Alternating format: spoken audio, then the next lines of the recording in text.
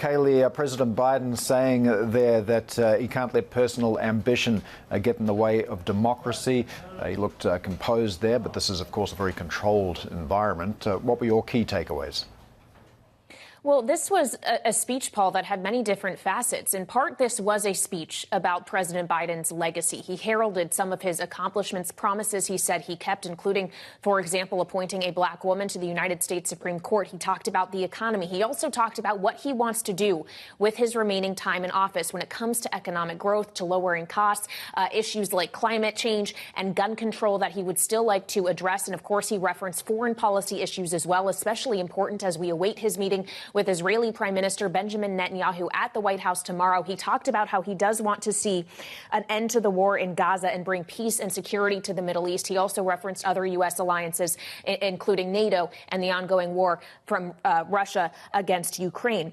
But this was a speech not just about him as a person. I think he made that very clear. He was trying to characterize his decision not to seek re-election, not to run for a second term, as an act that he did selflessly in the name of American democracy. At the end of the day, this does seem like he wanted this speech to be about the preservation of American democracy. He talked about this notion that his personal ambition cannot come before democracy. He said the defense of democracy is more important than any title, and it became clear to him that he needs to unite his party in that name. He also pitched it forward to November, essentially telling the American people, in his words, while it has been an honor to serve them, that it is now in their hands the way in which the country moves forward. He, of course, endorsed Vice President Kamala Harris. He mentioned her there, calling her capable and tough, but essentially said it is now in the hands of the American people to decide what direction they want the country to go in after he leaves office. There's also the question, of course, as we look forward, what sort of role he's going to play in that campaign process for his vice president.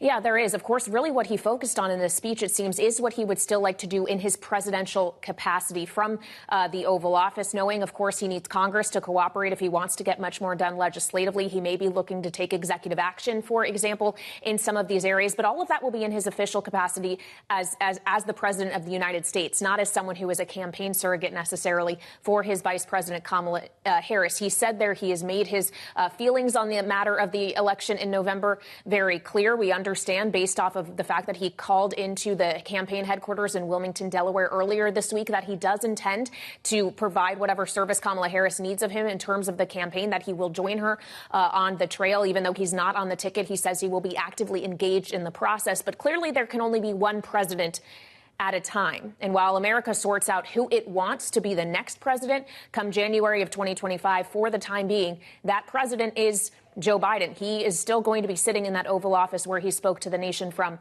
tonight. Many of these decisions will still be his. Of course, the decisions as to how close he will get to the Kamala Harris campaign largely will be up to her. But this is kind of an unusual situation to navigate in American politics. Remember, we haven't seen a moment like this in roughly 60 years, since 1968, when Lyndon B. Johnson also gave a similar Oval Office address to the one we all just witnessed, deciding not to run for a second term. So really, we're seeing American history be written here in a very real way.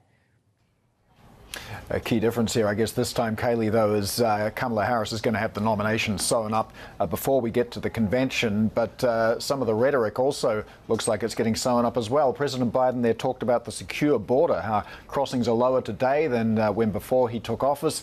Are we getting a bit of a preview here on the sort of ground where this election is going to get fought? Oh, absolutely. And you've already seen Republicans attacking Kamala Harris on the border as early on in the Biden administration. That was an issue with which the president really charged her with addressing.